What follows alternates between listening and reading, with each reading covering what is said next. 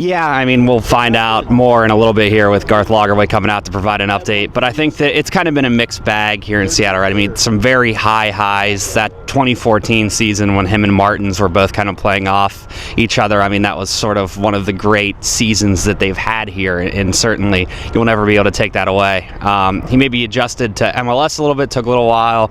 This year was kind of up and down, especially with injuries and national team duty and everything else. But certainly, the team misses him here. I think that the team has enough to get into the playoffs without Dempsey. I don't know that they have quite a high enough ceiling to be able to make an MLS Cup run without him.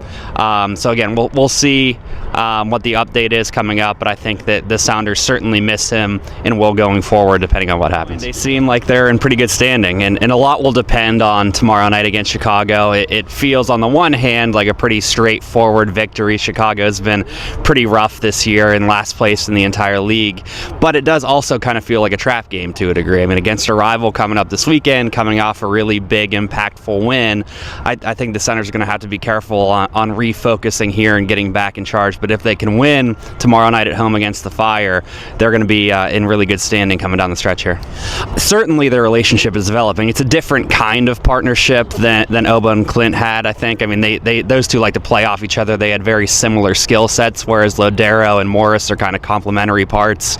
Nico likes to play in the long passes. Jordan likes to run into them.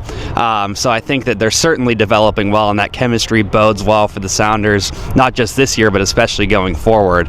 But it's certainly a different kind of partnership than Clint and Oba had.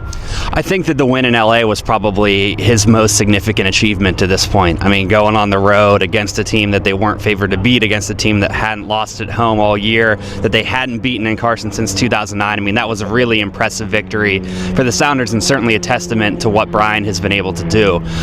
But as he even alluded to in the post-game press conference, anytime you have a coaching change in the middle of the season, it's going to sort of inherently spark some kind of change in the locker room. So I think that maybe this team needed some kind of shake-up, and you can certainly see the spark within the group right now.